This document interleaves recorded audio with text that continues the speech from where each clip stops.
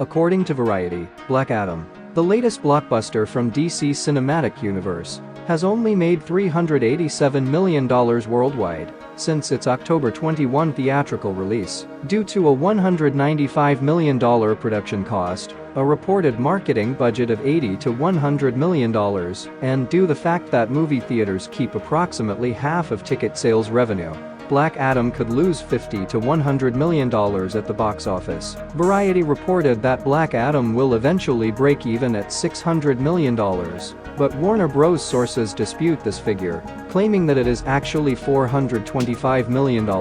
According to IGN, Black Adam will eventually break even, despite being the fourth installment in the DC Cinematic Universe. Wonder Woman takes place at the beginning of the timeline. Gal Gadot reprises her role as Diana Prince Wonder Woman in this film, following her debut in 2016's Batman v Superman: Dawn of Justice. The film introduces audiences and Diana to US pilot Steve Trevor after he crashes on Themyscira, the Amazon's hidden island, in the World War I plot. Soon after, German soldiers invade Themyscira, and subsequent events force Diana and Steve to flee the island for London. As with Wonder Woman, the 2018 sequel is a period piece, this time set primarily in 1984. This film's events portrays Wonder Woman against Cheetah by Kristen Wiig and Maxwell Lord by Pedro Pascal. Except for the original, Wonder Woman, 1984 takes place before all other DC Cinematic Universe films, and there aren't many references to other characters or films. The film that launched the DC Cinematic Universe and introduced the world to Henry Cavill's Superman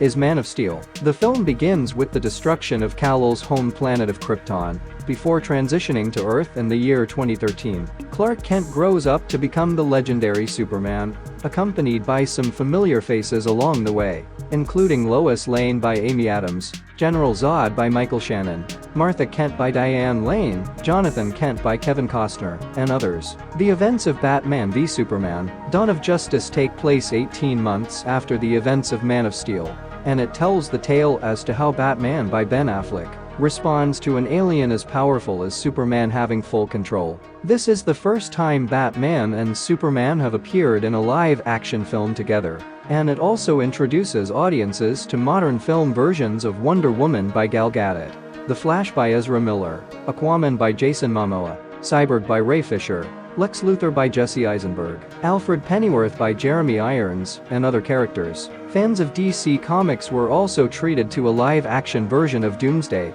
the Superman villain, and a glimpse of the ultimate baddie, Darkseid from DC Comics. The first Suicide Squad film takes place roughly a year after Batman v Superman, and features a brief cameo by Ben Affleck's Dark Knight. Suicide Squad, on the other hand, follows a group of jailed criminals and supervillains, who are recruited to join Task Force X by government agent Amanda Waller, by Viola Davis. If they deviate from the mission, nanite bombs implanted in their necks will detonate. Suicide Squad, while divisive, features an all-star cast. Will Smith plays Deadshot, Margot Robbie makes her debut as Harley Quinn, and several recurring characters, including Rick Flag and Captain Boomerang, make their first appearances. Oh, and this is the film that made Jared Leto's portrayal of the Joker famous. Black Adam had a strong first weekend, grossing $140 million worldwide. The film experienced a 59% drop in its second weekend, but still managed to win the box office.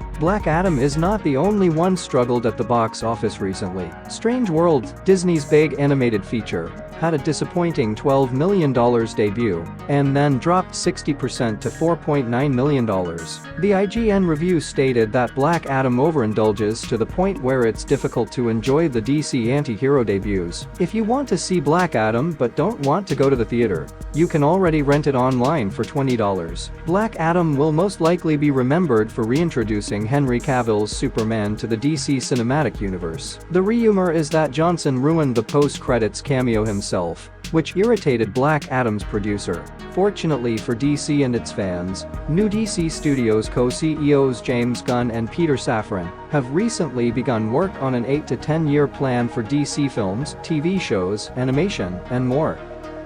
We will bring new and exciting news and updates from around the world every Monday and Friday, sometimes on Wednesdays. So, stay connected by subscribing and pressing the bell icon. Also, don't forget to smash that like button. Your support is extremely valuable to us to carry on, so that we can keep bringing the most important and exciting news that really matters.